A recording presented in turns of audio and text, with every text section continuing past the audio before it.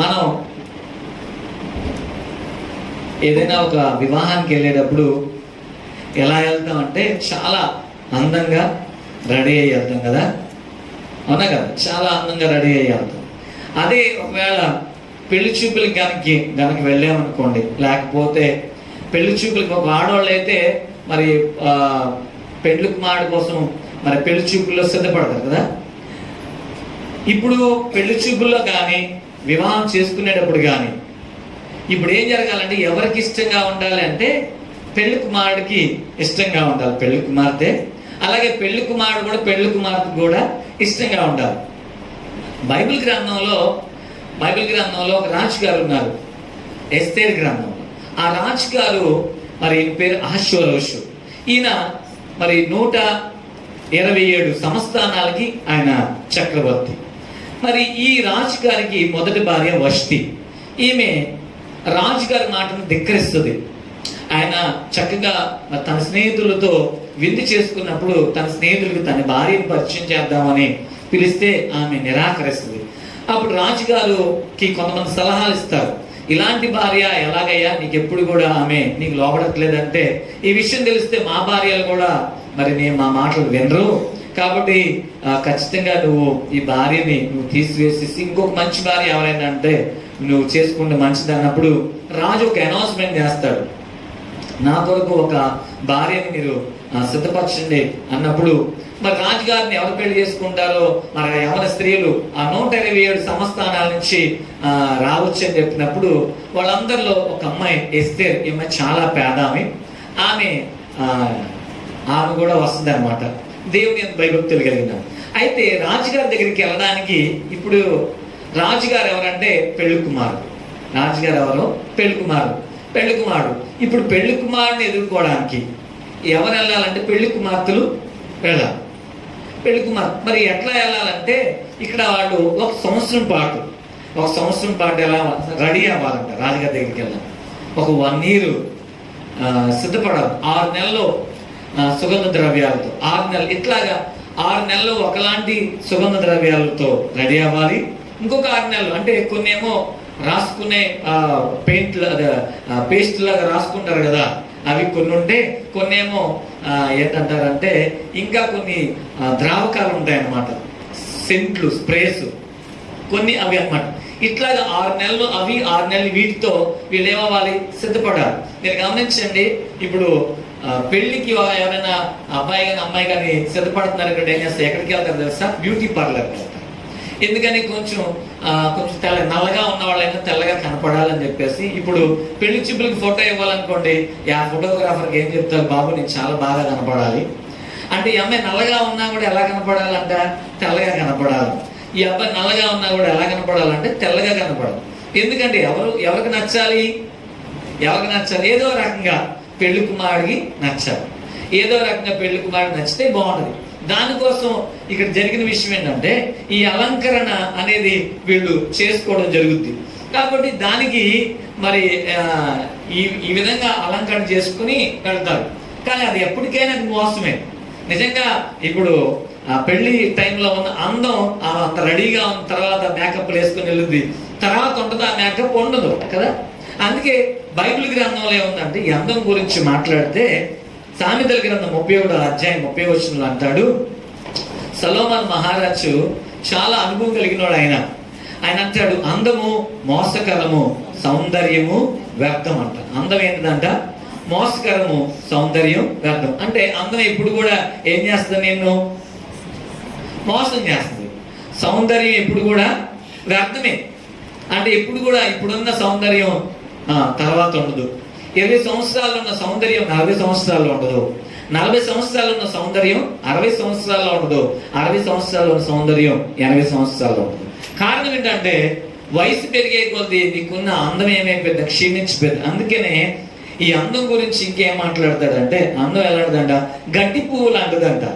పేతురు రాసిన మొదటి పత్రిక 1వ అధ్యాయం 26వ వచనంలో అంటాడు, అందం ఎలాంటిదంట, చాలా చాలా చక్కగా మాట్లాడుతున్నాడు ఆయన. అందం గడ్డి పువ్వులు అంట. గడ్డి పువ్వు ఏమైంది అంట, ఎండిపోయింది లేకపోతే వాడిపోయింది. గడ్డి ఎండును, పువ్వేమో వాడును. కాబట్టి ఏది శాశ్వతమైనది కాదనమాట. కాబట్టి మీరు చూడండి, ఎస్తేరు గ్రంథంలోకి వెళ్తే ఎస్తేరు గ్రంథము 2వ అధ్యాయంలో మనం చూసినట్లయితే చూద్దాం ఒకసారి. 12వ వచనంలో 6 మాసములు గోపరస తైలముతోను 6 మాసములు సుగంధ ద్రవ్యములతోను స్త్రీల పరిమళ క్రియల కొరకైన మరి వేరు పదార్థములతోను స్త్రీలు పరిమళ క్రియలు ముగించి రాజు నొద్దకు పోవారు.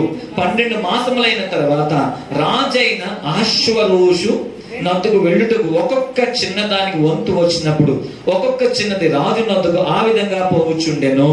చూసారా, 6 నెలలు ఒకలాంటి సుగంధ ద్రవ్యాలు, 6 నెలలు ఒకలాంటి సుగంధ ద్రవ్యాలు అంట. అంటే సంవత్సరం రెడీ అవుతున్నారండి ఎవరి దగ్గరికి వెళ్ళడానికి? రాజుగారి దగ్గరికి వెళ్ళడానికి కదా. సరే అయిపోయింది. సరే అందరూ సెలెక్ట్ అవ్వట్లా, అందరినీ రాజుగారు ఏం చేస్తారు? రిజెక్ట్ చేస్తున్నారు. చివరికి ఇంకొక అమ్మాయి వచ్చింది, ఆమె వేస్తే ఈమె ఏం చేస్తుంది? ఈమె కూడా రెడీ అయ్యింది, రాజుగారి దగ్గరికి వెళ్ళింది. రాజుగారి దగ్గరికి వెళ్తే ఈమెని ఓకే చేశాడు రాజు. కారణం ఏంటి? ఎంతమందిని రిజెక్ట్ చేశాడు, కానీ ఎస్తేర్ని ఎందుకు ఒప్పుకున్నాడు అంటే ఇక్కడ గమనించాలి. ఈమె ఏం చేసిందంటే ఇక్కడ గుర్తుపెట్టుకోవాల్సిన మాట ఒకటి ఉంది. ఇదే 2వ అధ్యాయంలో 15వ వచనాన్ని మనం చూద్దాం.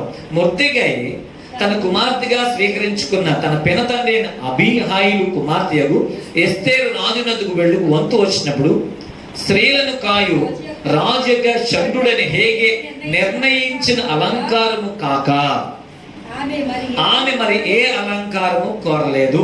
చూడండి, ఇప్పుడు ఎస్తేరు ఎందుకని ఆమె రాజుకి ఇష్టమైంది? అంతమందిలో 127 దేశాల నుంచి 127 ప్రాంతాల నుంచి మన భారతదేశం నుంచి కూడా వెళ్ళిన వాళ్ళు ఉన్నారు. ఇన్ని ప్రాంతాల నుంచి వచ్చారు స్త్రీలు, ఆడపిల్లలు, యవనరాళ్ళు పెళ్లి చేసుకోవడానికి. కానీ ఎవరు కూడా ఏమవ్వలేదంటే యాక్సెప్ట్ అవ్వాల, అంగీకరించబడలా. కానీ ఒక ఎస్తేరు మాత్రమే అంగీకరించబడింది. కారణం ఏంటంటే ఈమంట హేగే నిర్ణయించిన అలంకారం కాక మరి ఏం కోరుకోలేదు. అలంకరణ విషయంలో తాను ఏమాత్రం కూడా ఏం చేసిందో తెలుసండి, తను సొంతగా ఏది అలంకరించుకోలేదు. ఈరోజు మనం గమనించాలి, అలంకరణ విషయంలో ప్రతి ఒక్కరు కూడా చాలా ఇష్టపడతా ఉంటారు. అలంకరించుకోవడానికి ఎంత తహతాలు ఆడుతూ ఉంటామో కదండి. తలకాయ నుంచి కాడ దాకా అన్ని ఆభరణాలతోనూ వస్త్రాలతోనూ రకరకాల మరి వజ్రాలతోనూ, కొంతమంది బంగారం ఉన్నవాడు బంగారాలతోనూ, వజ్రాలు ఉన్నవాడు వజ్రాలతోనూ, ఇంకా వాళ్ళకి ఏదైతే ఉందో ఏమి లేనివాడు కూడా అలంకరించుకున్నారు, డూప్లికేట్ కూడా అలంకరించుకుంటారు. ఏదేమైనా సరే ఎలాగుండాలి, నేను చక్కగా కనపడాలని ఆశపడతా ఉంటాం. మంచిదే అది.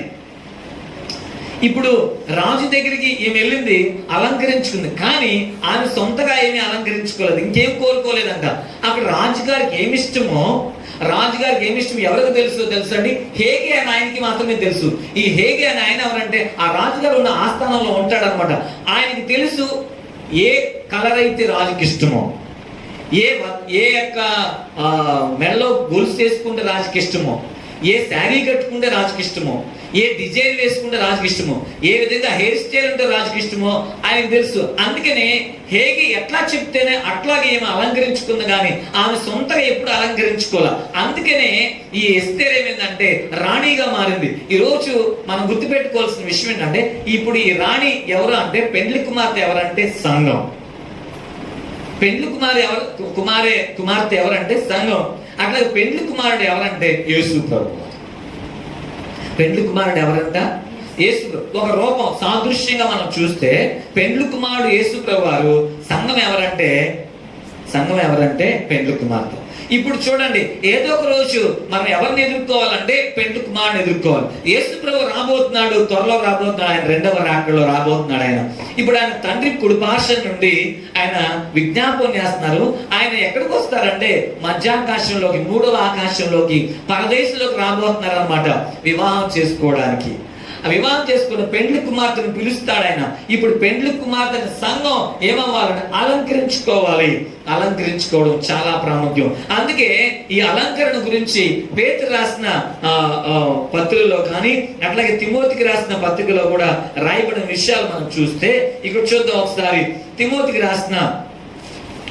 రాసిన మొదటి పత్రిక, 2వ అధ్యాయము తిమోతికి రాసిన మొదటి పత్రిక 2వ అధ్యాయం 9 నుంచి 13 వచనాలు ఉన్న భాగాన్ని మనం చదువుదాం. తిమోతికి రాసిన మొదటి పత్రిక 2వ అధ్యాయం. చూడండి, అపోస్తలుడు పౌలు తిమోతికి పత్రిక రాశాడు, 2 పత్రికలు రాశాడు. మొదటి పత్రికలో ఉన్న మాట మనం చూస్తే, మరియు స్త్రీలను అణుకువయు స్వస్థ బుద్ధి గలవారై ఉండి తగు మాత్రపు వస్త్రములను చేతనే గాని జడలతోనైనను బంగారముతోనైనను ముత్యములతోనైనను మిగుల వెలగల వస్త్రములతోనైనను అలంకరించుకొనక అన్నాడు ఆయన. చూసారా ఏమని కోట్ చేశాడంటే, స్త్రీలకి ఉండాలి, అణుకువ స్వస్థ బుద్ధి ఉండాలి, అంతేగాని ఇంకెలా ఉండాలన్నాడు, తగు మాత్రపు వస్త్రాలంట, మిగులు వెలగల జడలతో గాని బంగారంతో గాని ముత్యాలతో గాని మిగులు వెలగల వస్త్రాలతో గాని అలంకరించుకోవడం కన్నా, వాటికన్నా నీకు అలంకరణ కావాల్సిందేంటో తెలుసా? మీరు అర్థం చేసుకోవాల్సిన విషయం ఇక్కడ అంటున్నాడు, దైవభక్తి గలవారని చెప్పుకునే స్త్రీలకు తగినట్టుగా అంటున్నాడు. అక్కడ ఏంటంట, దైవభక్తి గల స్త్రీలు ఉంటారు. దైవభక్తి లేని వాళ్ళు దేనికి ప్రాముఖ్యతనిస్తారంటే, దైవభక్తి లేని వాళ్ళు దేనికి ప్రాముఖ్యత ఇస్తారంటే శరీర సంబంధమైన అలంకరణకి ప్రాముఖ్యత ఇస్తారన్నమాట. శరీరం అంటే లోక సంబంధంగా ఉండడానికి ఇష్టపడతారు, అన్నిటిని అలంకరించుకుంటారు. అంటే ఎదుటివాడు నన్ను చూసి అబ్బా చాలా బాగున్నాడు ఈయన, అబ్బా ఈమె చాలా బాగుంది అంటే ఎదుటి వాళ్ళకి అందంగా కనపడాలని, ఎదుటి వాళ్ళు మెచ్చుకోవాలని కొంతమంది ఎలా అలంకరించుకుంటారంటే వాళ్ళ గొప్పతనాన్ని చూపించుకోవడం కోసం, వాళ్ళ హోదా చూపించుకోవడం కోసం, వాళ్ళ యొక్క పలుకుబడి చూపించుకోవడం కోసం అలంకరించుకునే వాళ్ళు కొంతమంది ఉంటే, కొంతమంది ఏమో వాళ్ళే గొప్పగా అందంగా కనపడాలి అని చెప్పేసి వాళ్ళ అందాన్ని చూపించుకునే వాళ్ళు కొంతమంది ఉంటారు. ఈ రోజు మనం అర్థం చేసుకోవాలి, ఈరోజు మనం గమనించాల్సిన విషయం ఏంటంటే, అందం బైబిల్ గ్రంథంలో ఉన్న మాట ఏం తెలుసా? అందము మోసకరము, సౌందర్యమా వ్యర్థం అంట. ఇప్పుడు ఈ అందాన్ని మనం ఎవరికి చూపించాలి అంటే, చూడండి, సంఘం ఎవరికి చూపించాలంటే యేసు ప్రభువు చూపించాలి. హల్లెలూయా. సంఘం ఎవరికి చూపించాలంట? యేసు ప్రభువుకి చూపించాలి. గుర్తుపెట్టుకోవాల్సిన విషయం ఏంటంటే, కాబట్టి ఇప్పుడు నువ్వు శరీర సంబంధంగా నువ్వు అలంకరించుకున్నావంటే నిన్ను ఒకవేళ ఈ లోకంలో ఉన్న వాళ్ళు చూసుకుని మెచ్చుకోవచ్చు, నువ్వు చాలా బాగున్నావు, నువ్వు చాలా అందంగా ఉన్నావు అని అనుకోవచ్చు. కానీ వాస్తవానికి నీ అందం ఎవరికి చూపించాలంటే నీ భర్తకు మాత్రమే చూపించాలి. కానీ భర్త ఎవరంటే మన భర్త పరలోకమందున్న తండ్రి. ఆయన అంటాడు, నేను నీకు భర్తనై ఉన్నాను అంటాడు ఆయన. అంటే చూడండి, ఆయన రాబోతున్నాడు, పెండ్లి కుమారుడు రాబోతున్నాడు. కాబట్టి పెండ్లి కుమార్తెగా మరి గుర్తుపెట్టుకోండి, ఎంతో మంది స్త్రీలు మరి వచ్చారు, 127 దేశాల నుంచి వచ్చారు. కానీ ఎవరు కూడా వాళ్ళు అలంకరించుకున్నారు, వాళ్ళు అందంగా తయారయ్యారు. కానీ రాజుకి ఇష్టం అవలా. కానీ ఎస్తేర్ మాత్రమే ఇష్టమైంది, ఆమె మాత్రమే పెండ్లి కుమార్తెగా అంగీకరించబడింది, ఆమె మాత్రమే పెండ్లి కుమార్తె అయింది, ఆమె మాత్రమే భారీగా మార్చబడింది. కారణం ఏంటి? అర్థం చేసుకోవాల్సిన విషయం ఏంటంటే, కారణం ఏంటంటే ఆమె ఈ యొక్క పెండ్లి కుమారుడైన ఆ రాజు గారికి ఏమి ఇష్టాలో ఎవరికి తెలుసు అంట? కేవలం హేగేకి మాత్రమే తెలుసు, అతనికి మాత్రమే తెలుసు. రాజుకి ఏ కలర్ ఇష్టమో, రాజుకి ఎలా ఉంటే ఇష్టమో, ఎట్లా మాట్లాడాలంటే ఇష్టమో, రాజుకి ఎలాంటి వస్త్రాలు ఇష్టమో, రాజుకి ఎలాంటి ఆభరణాలు ఇష్టమో, రాజుకి ఎలాంటి సెంట్లు ఇష్టమో. కొంతమంది కొన్ని రకాల సెంట్లు అంటే ఇష్టపడతారు, కొంతమంది కొన్ని రకాల బట్టలు అంటే ఇష్టపడతారు, కొంతమంది కొన్ని రకాల ఆభరణాలు అంటే ఇష్టపడతారు. అందరూ అన్నిటిని ఇష్టపడరు. చూడండి, ఒక భర్త ఉన్నాడానికి భార్య ఇట్లా ఈ డ్రెస్ వేసుకుంటే బాగుంటుంది అంటాడు, లేకపోతే నా భార్య ఇలాంటివి పెట్టుకుంటే, నా చెవులు ఇలాంటివి పెట్టుకుంటే బాగుంటుందని కొంతమంది భర్తలు ఇష్టపడతారు. నా భార్య ఇట్లా జుట్టు ఈ విధంగా ఉంటే బాగుంటుంది, ఇటువంటి జడేసుకుంటే బాగుంటుందని కొంతమంది భర్తల అభిప్రాయం. చూడండి, ఒక్కొక్కరు. అందుకనే కొంతమంది ఏం చేస్తారంటే ఈ విషయం తెలుసుకున్న భార్య ఏం చేస్తారు, ఏమండి నేను ఎలా ఉన్నా ఇలా వేసుకుంటే బాగుంటుందా, లేకపోతే నీ శారీ బాగుంటుందా, లేకపోతే ఈ డ్రెస్ బాగుంటుందా అంటే ఇప్పుడు ఆయన చెప్తాడు ఇది బాగుంది అంటాడు. అప్పుడు దాన్ని బట్టి ఏమవుతుందండి, ఇద్దరికి సమ్మతిస్తుంది. అప్పుడు భార్య ఎప్పుడైతే భర్త ఇష్ట ప్రకారంగా అలంకరించుకుంటే జరిగిన విషయం ఏంటంటే భార్యని ఇంకా భర్త ప్రేమిస్తూ ఉంటాడు. దేవునికి స్తోత్రం కలుగును గాక. కాబట్టి ఇప్పుడు గుర్తుపెట్టుకోవాల్సిన విషయం ఏంటంటే, అలంకరణ ఎవరికి ఇష్టమై ఉండాలంటే నీ భర్తకి ఇష్టమై ఉండాలి. నీకు భర్తకి ఎలా ఉండాలో అలా నువ్వు నడుచుకున్నట్లయితే, ఏ విధంగా అలంకరించుకుంటే నీ భర్తకి ఇష్టమై ఉండాలి ఆ విధంగా అలంకరించుకోవాలి. కానీ నీ అలంకరణ ఎదుటి వాళ్ళకి ఆకర్షణీయంగా ఉండకూడదు. నీ అలంకరణ ఎదుటి వాళ్ళకి ఎలా ఉండకూడదు అంట? ఆకర్షణీయంగా ఉండకూడదు. అదే ప్రమాదం. అందుకే ఇక్కడ పేతురు గారు కానీ తిమోతికి రాసిన పత్రికలో కూడా ఏమన్నాడంటే తగు మాత్రపు వస్త్రాలు అన్నాడు ఆయన. అంటే అర్థం ఏంటి? తగు మాత్ర వస్త్రాలు అంటే ఏంటి? సినిమాలు చూపించేటట్లుగా సగం సగం బట్టలని కాదు అక్కడ అర్థం. తగు మాత్రం వస్త్రాలు అంటే చాలా కొంతమంది ఎలా ఉంటారంటే ఎంత ధనవంతులైనా చాలా సింపుల్గా ఉంటారు. కొంతమంది వేసుకుంటారు జిగేలు అంటా ఉంటారు, మెరుస్తూ ఉంటారు కదా, కొంతమంది మెరుపులు మెరుస్తూ ఉంటారు వాళ్ళు వేసుకున్న బట్టలు చూడంగానే. చూడండి అంటే ఏంటి అర్థం, నన్ను చూడంగానే ఇంకా పెళ్ళిలోకి వెళ్ళారంటే నన్ను తప్ప ఎవరిని చూడకూడదు అన్నలాంటి వస్త్రాలు వేసుకుంటారు కొంతమంది. ఇంకేమన్నాడు తెలుసా, జడలతోనైనా అంటే జడలు వేసుకోవడం తప్పేం కాదు అక్కడ. ఇప్పుడు జడల్లో కూడా మోడల్స్ వచ్చినాయి కదా. ఈ మోడల్ ఎందుకోసం అంటే నా మోడల్ జడలు ఉంటే చాలా బాగుంటుంది, నన్ను చూస్తారు, అందరు నన్ను చూడాలి అంటే అందరు కనుదృష్టి నువ్వేం కోరుకుంటావు అంటే అందరు కనుదృష్టి నన్నే చూడాలి, నా జడం చూడాలి, లేకపోతే నా వస్త్రాన్ని చూడాలి, నా ఆభరణాన్ని చూడాలి. ఇక్కడ చూడాలి, అందుకే అన్నాడు తగు మాత్రపు అన్నాడు ఆయన. తగు మాత్రపు చూడండి, వస్త్రములతో జడలతోనైనా బంగారంతోనైనాను, బంగారం కూడా తగు మాత్రమే ఉండాలి, ముత్యములతోనైనాను మిగుల వెలగల వస్త్రములతోనైనాను అన్నాడు అక్కడ. చూసారా ఈ అలంకరణ, దానికన్నా గొప్ప అలంకరణ ఏంటో అన్నాడు. ఏంటి దానికన్నా గొప్ప అలంకరణ చూడండి ఏంటంట 10వ వచనంలో, దైవ భక్తి గలవారని చెప్పుకుని స్త్రీలకు తగినట్టుగా సత్క్రియల చేత తమ్మును తాము అలంకరించుకోవాలి. దేవుని స్తోత్రం కలుగును గాక. అంటే దేవుడికి తెచ్చుకునే అలంకరణ ఏంటంటే, మనుషులు ఒకవేళ నువ్వు వేసుకునే జడలు ఇష్టపడతారేమో, నువ్వు కట్టుకునే చీరలు, నీ కట్టుకునే డ్రెస్సులు, నీ ప్యాంట్ షర్ట్లు, లేకపోతే నీ మోడల్ డ్రెస్సులు లేకపోతే మోడల్ ప్యాంట్ షర్ట్లు ఇష్టపడతారేమో మనుషులు. కానీ దేవుడికి నీ మోడల్ డ్రెస్సులు అవసరం లేదు, లేకపోతే నువ్వు మోడల్ గా నువ్వు రెడీ అవ్వడం దేవుడికి ఏం అవసరం లేదు. దేవుడికి కావాల్సింది ఏదో తెలుసా, అంటున్నాడు ఆయన, దైవ భక్తి గలవారని చెప్పుకుని స్త్రీలకు తగినట్టుగా అన్నాడు ఆయన. సత్క్రియల చేత అలంకరించుకోవాలి. దేని చేత అంట, సత్క్రియలు. ఇదేంటి, ఇప్పుడు వరకు నువ్వు కట్టుకునే వస్త్రాలే కానీ బంగారం పై రూపాన్ని ఇస్తుంది అంతే. పై రూపానికి ఎదటి వాడికి నువ్వు ఆకర్షణీయంగా కనబడతావు. ఇలా కనుక నువ్వు ఆకర్షణీయంగా కనబడితే జరిగే విషయం ఏంటంటే, ఎదటి వాళ్ళని కొంతమంది ఏం చేస్తారంటే ఎదటి వాళ్ళు పాపంలో పడేసే రీతిలో కూడా తయారవుతారు. నీ ఆకర్షణ ఎదుటి వాళ్ళు ఏం చేస్తుందంటే పాపంలో పడేస్తుంది. అందుకే తగు మాత్రం అన్నాడు ఆయన. నువ్వు సింపుల్ గా ఉన్నావు అనుకోండి, అందుకే ఎక్కువగా చూడరు ఎవరు కూడా. అందుకే ఒక ఆయన ఒక మాట అంటారు, ఏంటి తెలుసా, ఇల్లు అంట ఇరుకుగా ఉండాలంట, ఆలి అంట మరకటంలా ఉండాలంట. అంటే అర్థం తెలుసా, ఇల్లు అంటే ఎలా ఉండాలంట, ఇరుగ్గా ఉండాలి. ఎందుకు ఇరుగ్గా ఉండాలి, ఇరుగ్గా ఉంటే చుట్టాలు రారు, ఒకవేళ వచ్చి పలకరించి వెళ్ళిపోతారు. లేదనుకో నీ ఇంట్లో టెస్ట్ చేసి ఒక వారంలో కలరు, నువ్వు పెట్టాల్సిందే, నువ్వు అయిపోతావు. ఆలి మరకటంగా ఉండడం అంటే ఏంటి, ఆలి అంటే ఎవరు, భార్య. మరకటం అంటే ఏంటి తెలుసా, కోతి. భార్య ఎలా ఉండాలంట అంటే మేము కోతిలా ఉండాలంటారా, అలా కాదు అక్కడ. అంటే అర్థం ఏంటంటే, ఇప్పుడు ఒక విషయంలో చూడండి, నువ్వు అలంకరించుకోకుండా నువ్వు సింపుల్ గా ఉన్నావు అనుకోండి, ఎవరిని చూడరు. అదే నువ్వు 10 మంది చూడాలి, నువ్వు అలంకరించుకున్నావు అనుకోండి, ఎవరో ఒకళ్ళు ఏం చేస్తారంటే నీ ద్వారా పాపంలో పడే అవకాశం ఉంటుంది. నువ్వు కూడా వాళ్ళకి ఆకర్షితురాలు అయిపోయి నువ్వు కూడా పాపంలో పడే పరిస్థితులు ఉంటాయి. అటు పురుషుడైనా స్త్రీ అయినా ఎవరైనా సరే. అందుకే నువ్వు ఎలా ఉండాలంట, సింపుల్ గా ఉండాలంట, చాలా జాగ్రత్తగా ఉండాలి ఈ భక్తి విషయం. అందుకన్నాడు దైవ భక్తి గలవారని చెప్పుకొని స్త్రీలకు తగినట్టుగా ఉండాలి అంటాడు.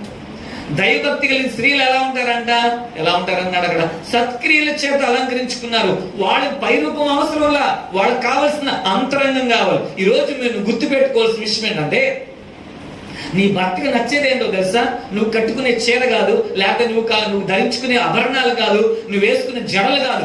ఆయన కావాల్సింది ఒకటి ఉంది, మీకు చూపిస్తా చూడండి ఒకసారి. ఏంటంటే పేతురు రాసిన మొదటి పత్రిక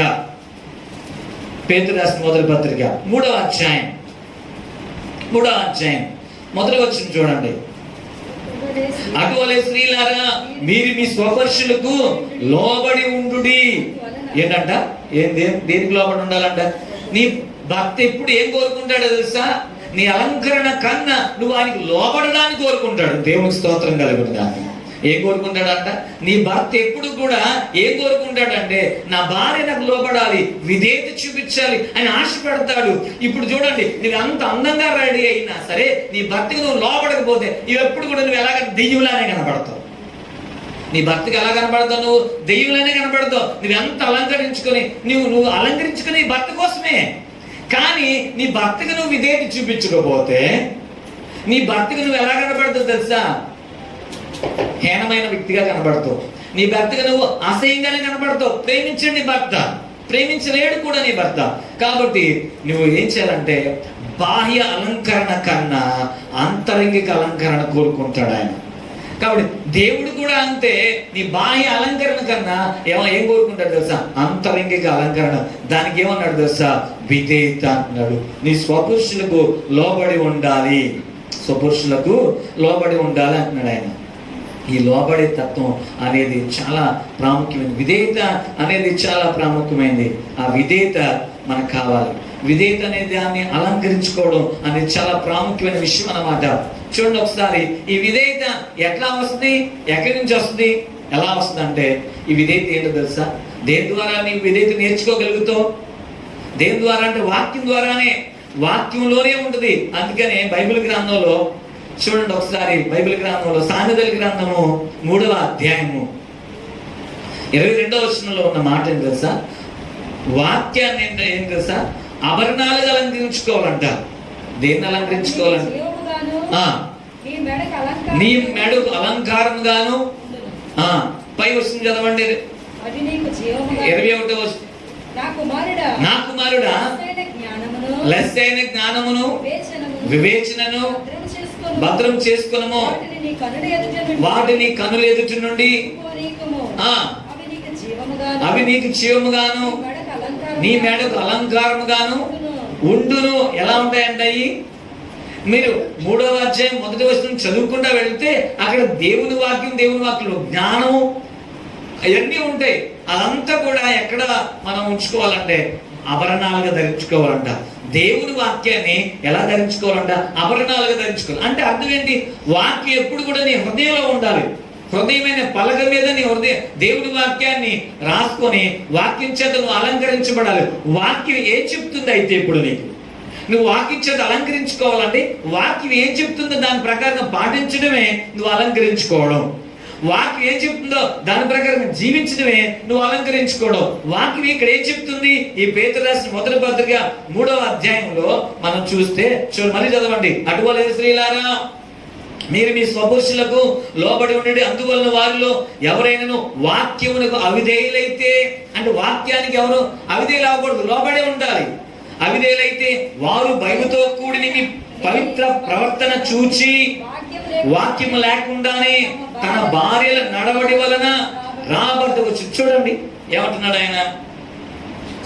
ఒకవేళ నువ్వు కనుక వాక్యాన్ని అలంకరించుకుంటే, అంటే వాక్య ప్రకారంగా నువ్వు నడుచుకున్నట్లయితే, వాక్యం ఏం చెప్తుందంటే నీ భర్తకి నువ్వు లోబడాలని చెప్తుంది, నీ భర్తకు విధేయత చూపించాలని చెప్తుంది. కాబట్టి ఈ విధంగా నువ్వు చేస్తేనంట నీ భర్త ఒకవేళ ఇంకా రక్షణ లేనోడే, తాగుబోతాడు, తిరిగిపోతాడు, వ్యభిచారి, మోసగాడు, ఇంకేదైనా అవ్వచ్చు. కానీ నీవు గనక వాక్యానికి విధేయత చూపించి వాక్యానికి లోబడి ఆ వాక్యం ఏం చెప్తుందో దాని ప్రకారం పాటించినట్లయితే, వాక్యం ఏం చెప్తుంది? నీ భర్త ఎవరైనా సరే అవ్వచ్చు, ఎలాంటి వాడైనా అవ్వచ్చు, కానీ నువ్వు మాత్రం నీ భర్తకు లోబడాలి. నువ్వు మాత్రం నీ భర్తకు విధేయత చూపించాలి. అప్పుడేనంట నీ భర్త నిన్ను చూసి ఏం చేస్తాడంటే ఖచ్చితంగా నీకు ఫ్లాట్ అయిపోతాడు. ఖచ్చితంగా నీ భర్త నిన్ను ప్రేమించడం ప్రారంభిస్తాడు. ఖచ్చితంగా మారు మనసు పొందుతాడు. ఖచ్చితంగా చూడండి అద్భుతం ఏంటో తెలుసా? పరిశుద్ధపరచబడతాడంట. చూద్దాం ఒకసారి ఈ మాటని, బైబిల్ గ్రంథంలో ఉన్న మాట ఒకసారి చూడండి. ఎంత అద్భుతంగా దేవుడు కార్యం జరిగిస్తాడంటే. పేతురు కొరింథీయులకు రాసిన మొదటి పత్రిక చూద్దాం ఒకసారి. కొరింథీయులకు రాసిన మొదటి పత్రిక, అపోస్తలుడు పౌలు కొరింథీయులకు రాసిన మొదటి పత్రికలో ఉన్న మాటను ఒకసారి చూసినట్లయితే, మొదటి పత్రిక 7వ అధ్యాయము 14వ వచనం మనం చదివినట్లయితే చూడండి, అక్కడ ఏమన్నా తెలుసా? అవిశ్వాసి అయిన భర్త అని ఉంది. అవిశ్వాసి అయిన భర్త అంటే ఎవరేమో మారు మనసు లేని భర్త. అవిశ్వాసి అయిన భర్త భార్యను బట్టి పరిశుద్ధపరచబడును. దేవునికి స్తోత్రం చెప్పండి, హల్లెలూయా. అద్భుతమైన విషయం చూడండి. మారు మనసు లేని భర్త అంట ఎవరి ద్వారా పరిశుద్ధపరచబడతాడంట? భార్య ద్వారా మారు మనసు పొందుతాడంట. భార్య ద్వారా ప్రభు దగ్గరికి వస్తాడంట. భార్య ద్వారా వాక్యం లేకుండానే నువ్వేం వాక్యం చెప్పక్కర్లా, నువ్వే వాక్యాన్ని పాటిస్తే, నువ్వు వాక్య ప్రకారం నువ్వు జీవిస్తే నీలో ఉన్న వాక్యం ఆయన జీవితాన్ని మార్చుద్దని దేవుని వాక్యం చెప్తుంది. కాబట్టి ఈరోజు నువ్వు చెప్పాల్సిన విషయం ఏంటి తెలుసా? నువ్వు కనుక వాక్యానికి విధేయత అయ్యి నీ భర్తకు లోబడితే, నీ భర్తకు విధేయత చూపిస్తే ఆటోమేటిక్ గా నువ్వు పదే పదే రాయని పిలవక్కర్లా. ఖచ్చితంగా నువ్వు చెప్పకుండా నీతో పాటు దేవుని సన్నిధికి వస్తాడు. నువ్వు చెప్పకుండానే నిన్ను ప్రేమిస్తాడు నీ భర్త. ఎంతసేపు మనం ఏమనుకుంటాం, నా భర్త నన్ను ప్రేమించట్లేదు, నన్ను చూడట్లేదు, నన్ను పట్టించుకోవట్లేదు, అసలు ఏంటి అని చెప్పేసి ఇంత కంప్లైంట్లు ఇస్తాం. కానీ నీవు నీ భర్తకు విధేయత చూపిస్తున్నావా అనేది ఒక ప్రశ్న.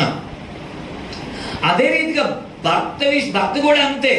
ఇక్కడ చూడండి, అదే మాట ఒక భార్యకే కాదు భర్తకు కూడా ఉన్న ఆ మాట. అవిశ్వాసైన భార్య విశ్వాసైన భర్తను బట్టి పరిశుద్ధపరచబడును అన్నది. ఇప్పుడు ఒకవేళ భర్త మారు మనసు పొందాడు, మారు మనసు లేదు భార్యకి మారు మనసు లేదు, కానీ భర్త మారు మనసు పొందాడు. అయితే మారు మనసును పొందిన భర్తను బట్టి కూడా మారు మనసు లేని భార్య కూడా ఏమవుతుందంట, పరిశుద్ధపరచబడదు. అంటే చూడండి, ఏంటి, ఇంట్లో ఒకళ్ళు మారు మనసు పొందారు, ఇంకొకళ్ళు మారు మనసు లేదు. కాబట్టి ఎవరి ద్వారానైనా మారు మనసు పొందిన వ్యక్తి వాక్యానుసారంగా నడుచుకున్నప్పుడు ఆమె భార్య అయినా అతని భర్త అయినా సరే ఖచ్చితంగా ఏమవుతారంటే వాళ్ళు మార్చబడతారు, వాళ్ళు పరిశుద్ధపరచబడతారు. ఎక్కడ నువ్వు వాళ్ళు వాక్యం వినకుండానే, వాడు వాక్యం వినక్కర్లా, నీ జీవితాన్ని చూసి, నీ ప్రవర్తన చూసి, నువ్వు వాక్యపరంగా నడుచుకునే విధానం చూసి ఆటోమేటిక్ గా నీ భర్త మార్చబడతాడు, నీ భార్య మార్చబడతాడు. నువ్వు కంప్లైంట్ చేయక్కర్లా. లేకపోతే ఎప్పుడు కూడా కంప్లైంట్లే, నా భర్త ఇలా చేస్తున్నాడండి, లేదా నా భార్య ఇలా చేస్తుందండి, ఇలా అంటున్నాడని కంప్లైంట్లు ఎక్కువైపోతాయి.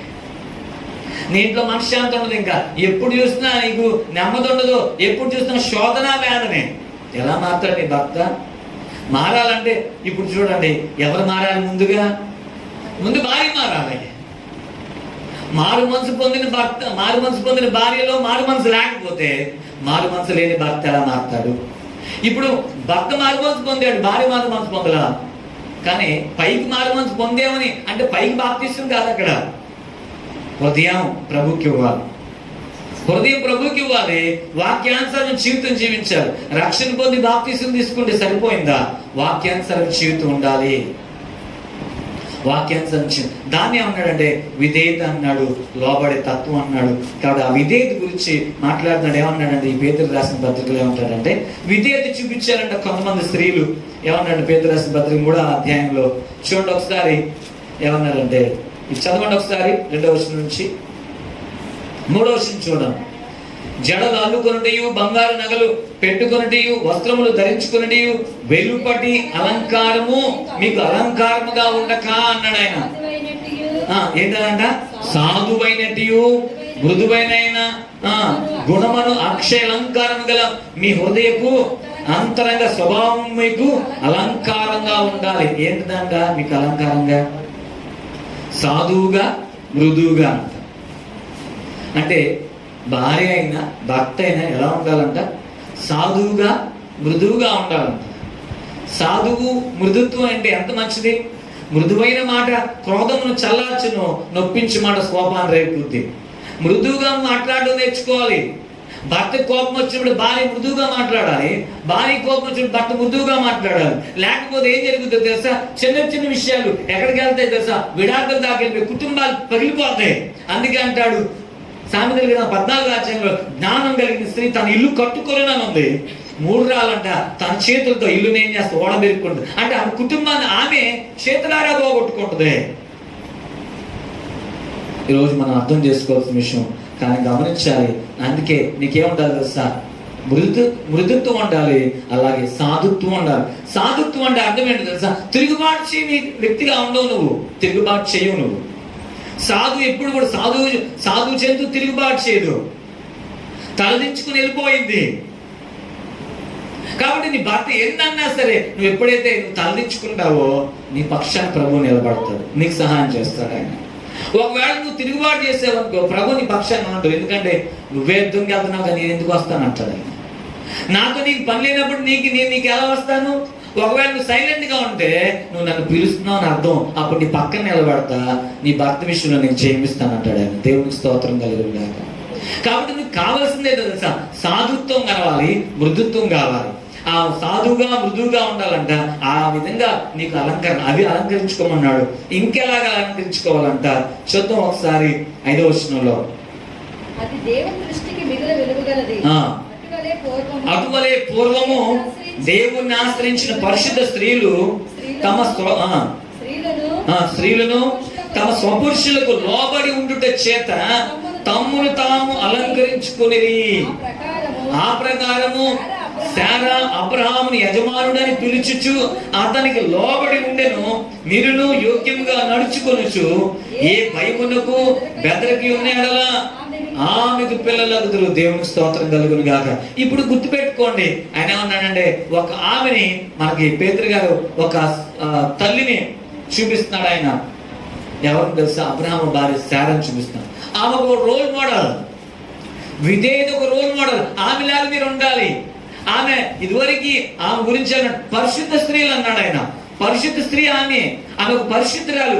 ఆమెలాగా మీరు ఉంటే మీరు కూడా ఆమెకు పిల్లలు అవుతారు. మీరు కూడా పరిశుద్ధులుగా మార్చబడతారు. మీరు కూడా దేవునికి పిల్లలు అవుతారు. మీరు కూడా దేవునికి అంగీకారంగా ఉంటారు. మరి ఈమె ఎట్లా విధేయత చూపించిందంటే పిలుపులోనే విధేయత చూపించిందంట. ఏమని పిలుస్తుంది తెలుసా? అలా ఆయన గారిని యజమానుడా అని పిలిచింది. కొంతమంది ఏమని పిలుస్తారు? ఓయ్ ఇదిగో, లేకపోతే పేరు పెట్టి పిలుస్తారు కదా. పేరు పెట్టి పిలుస్తారు. మీ ఆయన గారి పేరు నాకు అందరికీ తెలియదు కాబట్టి మీరు పిలుచుకోండి, మీరు పెట్టుకోండి ఆ పక్కన బ్రాకెట్లో కదా. లేకపోతే శ్రీను గారు ఉన్నారనుకోండి, శ్రీను. లేకపోతే ఇంకేం చెప్పాలి? కృపామణి అలా ఆయన గారిని ఏమని పిలుస్తుందో నాకు తెలియదు. పద్మ మీ ఆయన గారిని ఏమని పిలుస్తాం? ఇలా ఒక్కొక్కళ్ళు ఇప్పుడు ఆ రోజులో ఏంటంటే పిలుపులోనే ఏముందో విధేయత. పిలుపులోనే నీ భర్త నువ్వు ఎంత గౌరవిస్తావు అక్కడ అర్థమైపోయింది. అక్కడ నువ్వు పిలిచే విషయంలోనే నీకు అర్థమవుతుంది. నీ భర్తకి ఎంత విలువ ఇస్తున్నావు, నీ భర్తకి ఎంత లోపడుతున్నావు తెలుసు. అన్ని చేయక్కర్లా, ప్రారంభంలోనే ఉంది అక్కడ అంతా. కొంతమంది పేర్లు పెట్టి పిలుచుకుంటారు, కొంతమంది సైకిల్ చేస్తూ ఉంటారు, కొంతమంది ఏమో ఇదిగో అదిగో అని పిలుస్తారు. కానీ ఈయనేమో పిలుస్తుందంటే యజమానుడా. యజమానుడా అంటే ఏంటి? మాస్టర్. నీ భర్త అసలు నీకు ఎలాంటి వాడో తెలుసా అండి? భర్త గురించి ఎఫెసీయులకు రాసిన పత్రికలు ఏముంది తెలుసా? ఎందుకు లోపడాలి భర్తకి? అసలు అవసరం ఏంటి? భర్తకి లోపడాల్సిన అవసరం ఏంటంటే ఎఫెసీయులకు రాసిన పత్రిక 5వ అధ్యాయం 22వ వచనం చూడండి. ఎందుకు భర్తకి మనం లోపడాలి? ప్రశ్న చేసుకోవాలి. అసలు ఏంటి కారణం ఏంటి? ఎందుకని దేవుడు లోపడమంటున్నాడు అంటే ఎఫెసీయులకు రాసిన పత్రిక 5వ అధ్యాయం 22వ వచనం ఉన్న మాట ఏంటి తెలుసా? స్త్రీలారా ప్రభువునకు వలె మీ సొంత పురుషులకు లోబడి ఉండుడి. క్రీస్తు సంఘమునకు శిరస్సై ఉండులాగున పురుషుడు భార్యకు శిరస్సై ఉన్నాడు. దేవుని స్తోత్రం చెప్పండి. హల్లెలూయా. పురుషుడు నీ భర్త నీకు ఎలా అంటాడంట? శిరస్సు అంటే ఏంటి? తలకాయ. నీ భర్త నీకు తలకాయ లాంటోడు. తలకాయ లేకపోతే నువ్వు ఉంటావా? ఏం లేదు. ఏది జరగాలని తలకాయ నుంచే జరగాల్సిందే. ఏది చేయాలంటే తలకాయ, అంటే తలకాయ ప్రాముఖ్యం. అర్థం చేసుకోవాలి. అందుకే నీ భర్త తలకాయ కాబట్టి, నీ భర్త శిరస్సు కాబట్టి నువ్వేం చేయాలి? నీ భర్తకి ఖచ్చితంగా నువ్వు లోబడాల్సిందే, విధేయత చూపించాల్సిందే. పిలుపులోనే విధేయత చూపించినప్పుడు మిగతా వాటిలో ఎక్కడ విధేయత చూపిస్తాం? అర్థం చేసుకోవాలి. కాబట్టి విధేయత చాలా ప్రాముఖ్యం. నువ్వు విధేయత చూపిస్తే ఆటోమేటిక్గా ఆయన చేసే పని తెలుసా? నిన్ను ప్రేమిస్తాడనమాట.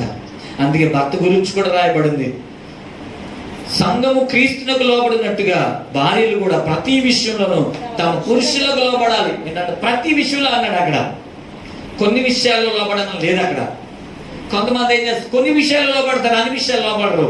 కానీ ఇక్కడ ఏముందో తెలుసా? అన్ని విషయాల్లో లోబడి ఉండాలి. అన్ని విషయాల్లో నీ భర్తకు నువ్వు లోబడి ఉండాలి. అలాగే పురుషులతో మాట్లాడుతున్నాను. పురుషులారా మీరు మీ భార్యను ప్రేమించుడి.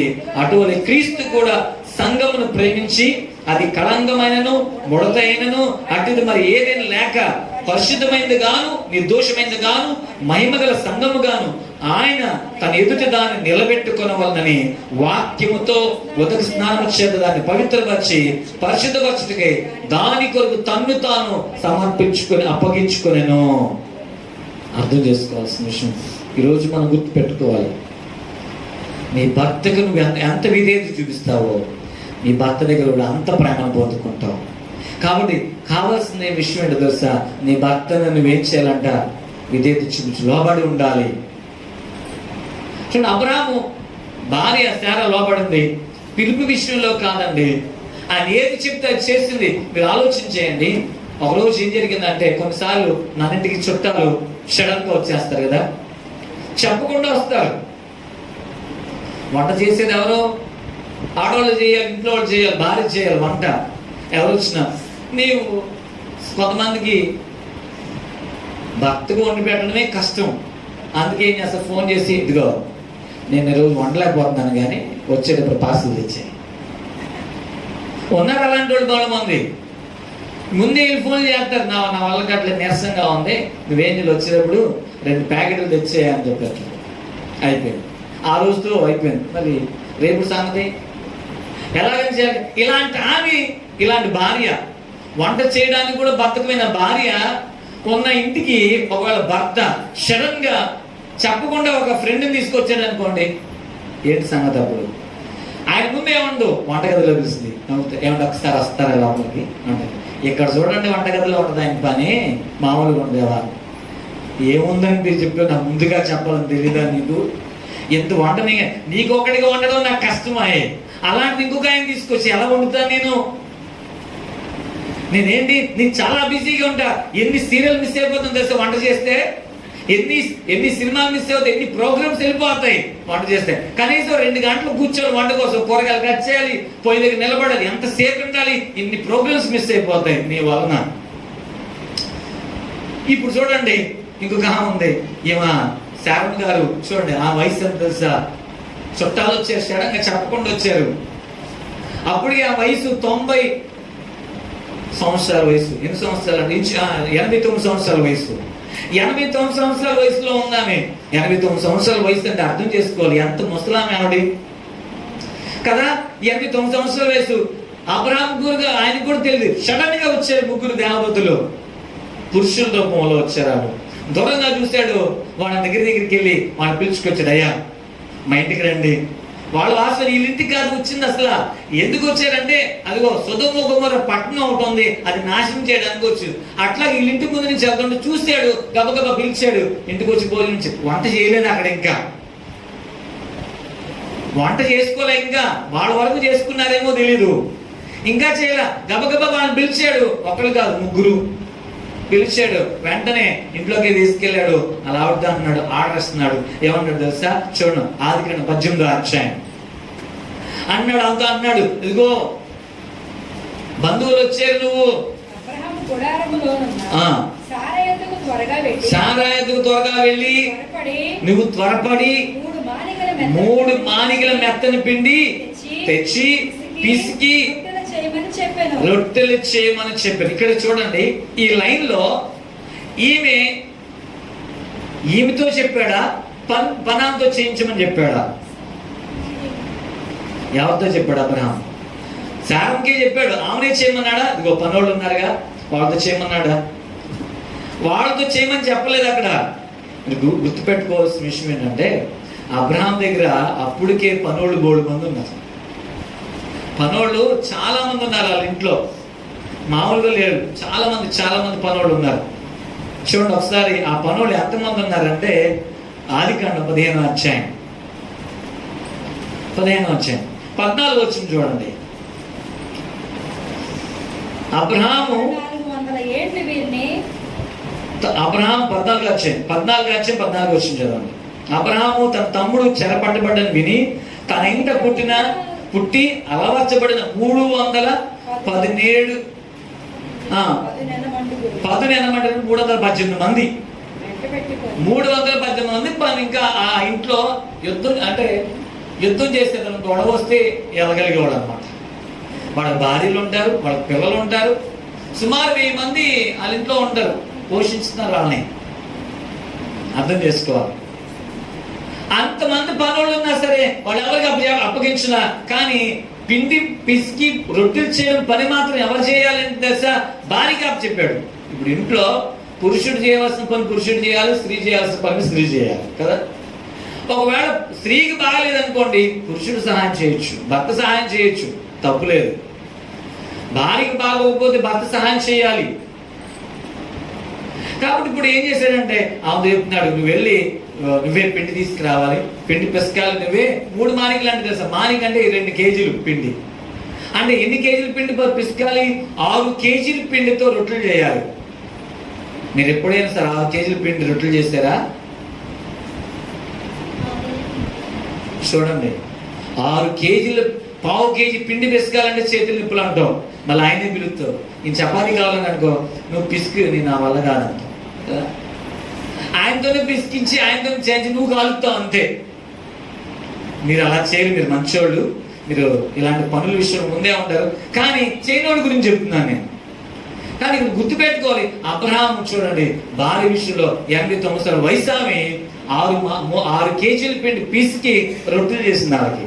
దేవునికి స్తోత్రం చెప్పండి, హల్లెలూయా. అంటే దీన్ని ఏమంటారు తెలుసా? విధేయత.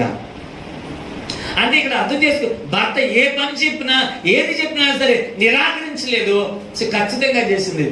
ఇంకా చెప్పాలంటే ఎంత లాభపడుతుంది తెలుసండి? ఆదికాండం 12 ప్రారంభంలో భర్త ఏం చేశాడంటే, అబ్రహాముతో దేవుడు మాట్లాడాడు, నీవు నీ దేశాన్ని విడిచిపెట్టేస్తే నేను చూపించే దేశానికి రా అంటే, ఆయన ఎక్కడికి వెళ్తే అక్కడికి వెళ్ళిందండి భార్య. అబ్రహాం ఎక్కడికి వెళ్తే అక్కడికి వెళ్ళింది శారా. ఎక్కడ కూడా శారా నేను రానని మారం చేయలే. మనమైనా నీకు ఇష్టం లేని ప్లేస్కి తీసుకెళ్తాను, నేను రాను, వస్తే నువ్వు వెళ్ళు. ఒకవేళ వాళ్ళ అమ్మోళ్ళ ఇంటికి ఎలా ఉన్నాడు అనుకోండి, నేను రాను, నువ్వు వెళ్ళు అంట. అది మీ అమ్మోళ్ళ ఇంటికి అనుకోండి, ఆయనకన్నా ముందే రెడీ అవుతాం మనం కదా. ఎందుకంటే నీకు ఇష్టమైన ప్లేస్ అది, మీ అమ్మోళ్ళ ఇంటికి వెళ్దాం, అందుకని ఏం చేస్తావు, నువ్వు వెళ్తావు. అదే ఒకవేళ మీ అత్తగారంటే వాళ్ళ అమ్మోళ్ళు ఇల్లే కదా, మా ఇంటికి వెళ్దాం రా అన్నాడు అనుకోండి, సస్యంగా నువ్వు వెళితే మీ అమ్మతో నా వల్ల కాదు, నేను రాను. ఒకసారి 2 భార్య భర్తలు పిల్లలు తీసుకొని ఊరెళ్ళారు. ఒకే ఊరు, కానీ ఒకే ఊరిలోనే వీళ్ళ అమ్మోళ్ళు ఉంటారు, వాళ్ళ అమ్మోళ్ళు ఉంటారు. నా మాట అర్థం చేసుకోండి. ఒకే ఊర్లోనే వీళ్ళ అమ్మోళ్ళు ఉంటారు, వాళ్ళ అమ్మోళ్ళు ఉంటారు. బస్సు దిగారు. బస్సు దిగేదాకా బాగానే ఉంది. బస్సు దిగిన తర్వాత భర్త అన్నాడు, ముందు మా ఇంటికి వెళ్దాం అన్నాడు ఆవిడతో. అబ్బే లేదు లేదు, ముందు మా ఇంటికి వెళ్దాం. ఎక్కడ స్టార్ట్ అయింది? బస్ స్టాండ్లోనే స్టార్ట్ అయింది. మా ఇంటికి వెళ్దామంటే మా ఇంటికి వెళ్దాం. ఇప్పుడు చూడండి, చివరికి ఎలా దిగిపోయింది సరే, నువ్వు మీ ఇంటికి వెళ్ళు, నేను మా ఇంటికి వెళ్తాను. ఆలోచించాను. ఏంటి, ఏం లేదు, ఇద్దరికి ఏక మనసు లేదు. సరే ఎవరో ఒక ఇంటికి వెళ్దామని ఇటు భార్య అనలేదు, అటు భర్త అనలేదు. చూడండి, విధేయత చూపించలేకపోవడం వల్ల ఏమవుతుంది, 2 దారులు అయిపోతాయి. విధేయత ఎంత ముఖ్యమో చూడండి. విధేయత ఎంత ముఖ్యం అంటే, విధేయత ఐక్యతను తీసుకొస్తుంది. ఆ ఐక్యత ఏం తీసుకొస్తుంది? ఆశీర్వాదాన్ని తీసుకొస్తుంది నీ కుటుంబానికి. హల్లెలూయా. ఐక్యత ఎప్పుడు కూడా ఏం తీసుకొస్తుంది? ఆశీర్వాదాన్ని తీసుకొస్తుంది. ఐక్యత నీ కుటుంబంలో లేకపోతే నువ్వు విడిపోతావు. నీ దారి నీదే, ఆయన దారి ఆయనదేలా ఉంటుంది. అందుకే కొంతమంది చూడండి, ఒకే ఇంట్లో ఉంటారు, కానీ ఆయన దారి ఆయనదే, ఏం దారి అయిందే, పట్టించుకోరు. ఆయన పట్టించుకోడు, ఏమో పట్టించుకోరు. ఏవో బజార్కి వెళ్తాడు, ఆయన ఉద్యోగం చేసుకుంటూ తీసుకొచ్చి ఇంట్లో వేస్తాడు, వంట చేస్తుంది, పెడుతుంది. ఈయనేదో వెళ్ళి ఒక ఎంప్లాయ్ లాగా ఉంటాడు, ఏమో ఒక ఇంట్లో పని మనిషి లాగా ఉంటుంది అంతే. వీళ్ళకి ఆయనకి ఏం సంబంధాలు లేకుండా ఉంటాయి. పిల్లలు ఎలా ఉంటారు తెలుసా? ఆడకి పిల్లల మధ్యలో నలిగిపోతూ ఉంటారు. అందుకే గుర్తుపెట్టుకోవాలి, విధేయత నిన్ను ఎక్కడ తీసుకొస్తుంది? ఆశీర్వాదాన్ని తీసుకొస్తుంది. విధేయత చాలా ప్రాముఖ్యం. ఒకరి విధేయత అనేకుల్ని ఆశీర్వాదకరంగా మార్చుద్ది. ఈరోజు నీ జీవితంలో నీ భర్తకు నువ్వు లోబడితే చాలు, నీ భర్త నిన్ను ప్రేమిస్తాడు ఖచ్చితంగా. నువ్వు విధేయత చూపించడం చాలా ప్రాముఖ్యం. అలాగే విధేయత ఎంత ముఖ్యం అంటే, సంఘానికి యేసుప్రభు శిరస్సు ఎట్లాగో అలాగే ఇప్పుడు గుర్తుపెట్టుకోవాలి, విశ్వాసులకి మరి విశ్వాసుల పిల్లలు లాంటి వాళ్ళు అయితే సేవకుడు తండ్రి లాంటి వాడు, విశ్వాసుల పిల్లలు అంటారు. అందుకనే యోహాను మొదటి పత్రికలో అంటాడు, పిల్లలారా అని సంబోధిస్తాడు. ఎవరిని? అక్కడున్న విశ్వాసుల్ని పిల్లలారా అని పిల్లలారా అంటే అర్థం ఏంటి? విశ్వాసుల్ని పిల్లలారా అని పిలుస్తాడు అనమాట అపోస్తలుడైన యోహాను గారు. అంటే సంఘంలో ఉన్న విశ్వాసులు పిల్లలైతే ఆ సంఘ కాపరు ఏమవుతాడంటే తండ్రి అవుతాడు. అందుకనే బైబిల్ గ్రంథంలో ఏమవుతుందో తెలుసా? బైబిల్ ఎఫెసీయులకు రాసిన పత్రికలో ఒక మాట ఉంటుంది, 6వ అధ్యాయం 1వ వచనంలో ఉన్న మాట ఏంటో తెలుసా? నీవు పిల్లలారా ప్రభువునందు మీ తల్లిదండ్రులకి ఏమై ఉండాలంట? విధేయులై ఉండాలి. ఇది ధర్మం. అంటే నీ ఇంట్లో నీ తల్లిదండ్రులకే కాదు, సంఘంలో నీ ఆత్మీయ తండ్రికి, నీ ఆత్మీయ తల్లికి కూడా నువ్వేమై ఉండాలంట? విధేయత చూపించాలి. ఇది ధర్మం అంట. నువ్వు దీర్ఘాయుష్మంతుడు రావాలంటే ఏం చేయాలి? నీకు మేలు కలిగినట్లు నీ తండ్రిని నీ తల్లిని సన్మానించాలి. దేవునికి స్తోత్రం కలుగును గాక. విధేయత చాలా ప్రాముఖ్యం. సేవకుడికి ఎప్పుడు కూడా నువ్వు వ్యతిరేకంగా ఉండబాగా. నీ తల్లిదండ్రులకు నువ్వు ఎదురు చెప్పొద్దు, అట్లాగే సేవకుడికి ఎదురు చెప్పబాగా. విధేయత చూపించడం చాలా ప్రాముఖ్యం. విధేయత నిన్ను ఆశీర్వాదంలోకి తీసుకెళ్ళుద్ది, లోబడి తత్వం నిన్ను దీవెనలోకి తీసుకెళ్ళుద్ది.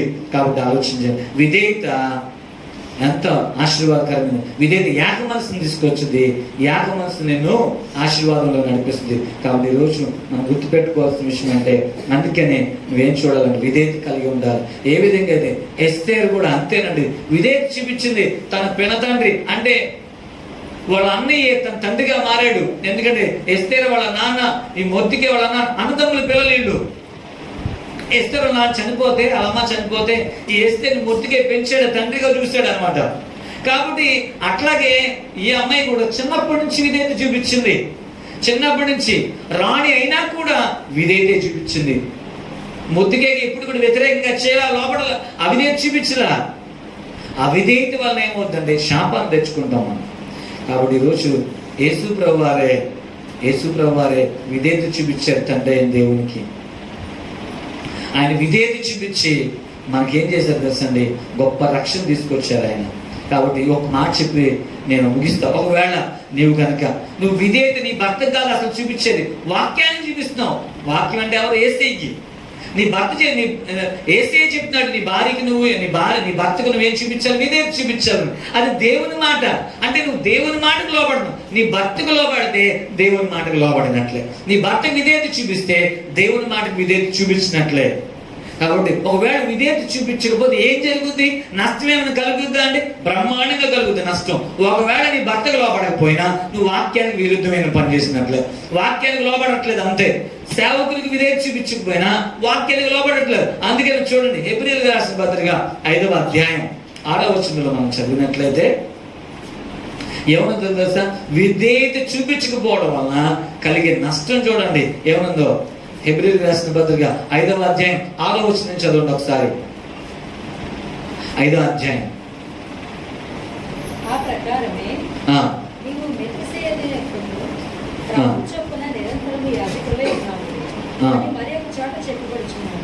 చదవండి ఒకసారి. దినములలో మహారోదనముతోనూ అన్యులతోనూ తను మరణం నుండి రక్షింపగలవాన్ని ప్రార్థనలను యాచనను సమర్పించి భక్తిగా భయభక్తులు కలిగి ఉన్నందున ఆయన అంగీకరింపబడ్డ ఆయన కుమారుడైండి తాను పొందిన శ్రమ వలన విధేయత నేర్చుకున్నాడు. ఇంకోటి చెప్పాలంటే ఎలాంటి విధేయత తెలుసా? సంపూర్ణ విధేయత నేర్చుకున్నాడు ఆయన. ఇంకా ఆ సంపూర్ణ విధేయత పొంది మెల్కీసెదెకు క్రమంలోనికి చేరిన ప్రధాన యాజకుడని దేవుని చేత పిలువబడి తనకు విధేయులైన వారందరికీ నిత్య రక్షణ కారకుడు అయ్యాడంట. ఏ రక్షణ కారకుడు అయ్యాడు ఆయన? మంచిది. బైబిల్ గ్రంథంలో ఉన్న మాట ఏంటంటే, ఎవరైతే విధేయత చూపించరో ఆ విధేయత చూపించకపోతే ఏం జరుగుతుందంటే మనమంట రైట్ ఓకే 4:6 చదువుదాం. 4వ అధ్యాయం 6వ వచనం. హెబ్రీయులకు రాసిన పత్రిక 4వ అధ్యాయం 6వ వచనం. కాగా ఎవరో కొందరు విశ్రాంతిలో ప్రవేశించుదురు అన్న మాట. ముందు సువార్త వినిన వారు అవిధేయత చేత ప్రవేశింపలేదు గనుక నేడు మీరు ఆయన మాట వినని ఎడల మీ హృదయాలను కఠినపరచుకొనుట వెనుక చెప్పబడిన ప్రకారము ఇంతకాలమైన తర్వాత దావీదు గ్రంథంలో నేడని ఒక దినమున నిర్ణయించున్నాడు. ఇప్పుడు గుర్తుపెట్టుకోవాలి, యెహోషువ వారికి విశ్రాంతి కలుగజేసిన ఎడల ఆ తర్వాత మరొక దినముల గురించి ఆయన చెప్పకపోవును. ఇక్కడ గుర్తుపెట్టుకోవాల్సిన విషయం ఏంటంటే, ఎవరైతే విధేయత చూపించరో వాళ్ళు ఎక్కడ ప్రవేశించరంట?